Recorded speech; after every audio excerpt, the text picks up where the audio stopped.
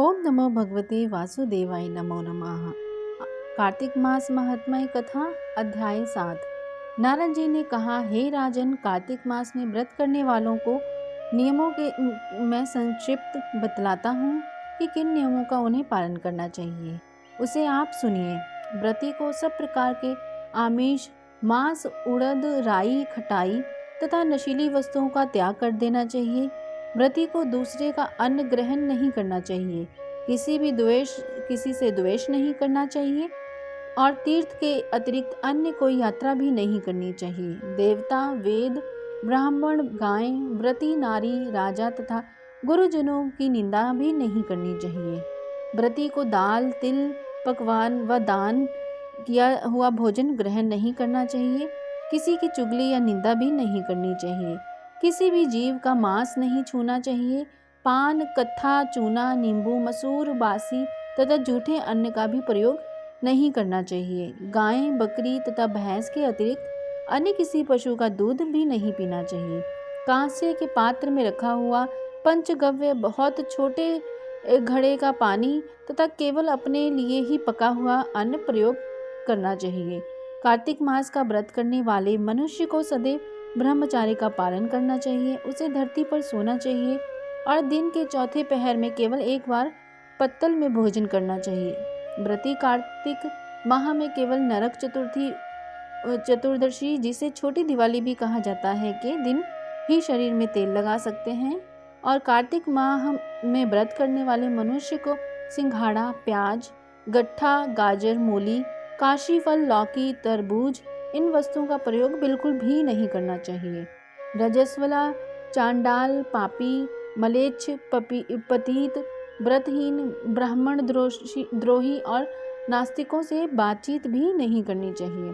भगवान विष्णु को प्रसन्न करने के लिए अपनी भक्ति के अनुसार चंद्रायण आदि का व्रत करना चाहिए और उपयुक्त नियमों का पालन करना चाहिए।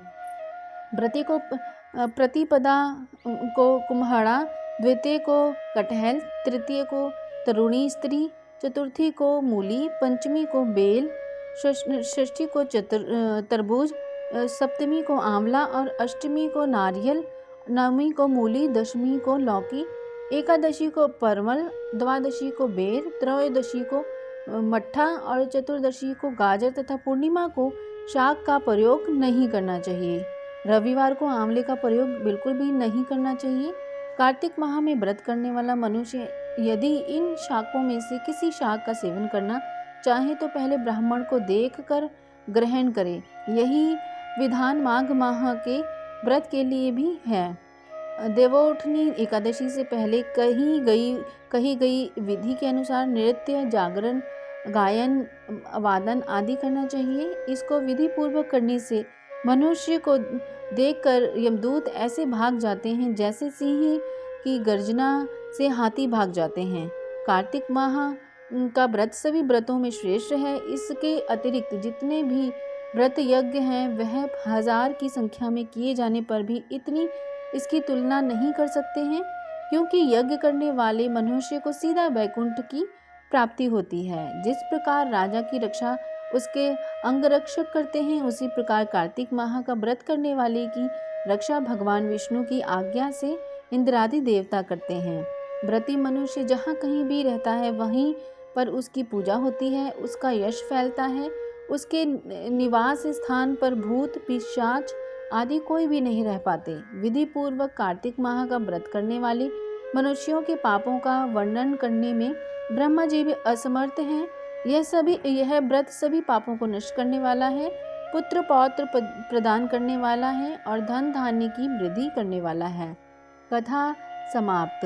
कार्तिक मास महात्म्य कथा अध्याय 7 समाप्त। आप सभी को कार्तिक माह की हार्दिक बधाई और आप सभी पर भगवान विष्णु की अपार कृपा सदैव बनी रहे, यही मेरी कामना है। आप भी अपने पुण्य को बढ़ा सकते हैं, पुण्य में वृद्धि कर सकते हैं। औरों को भी यह वीडियो शेयर करके, यह कथा शेयर करके अपने पुण्यों में वृद्धि कर सकते हैं। और वीडियो को लाइक ज़रूर कीजिए, चैनल सब्सक्राइब कीजिए। इसी प्रकार की आगे जानकारी प्राप्त करने के लिए चैनल के साथ ज़रूर जुड़िए।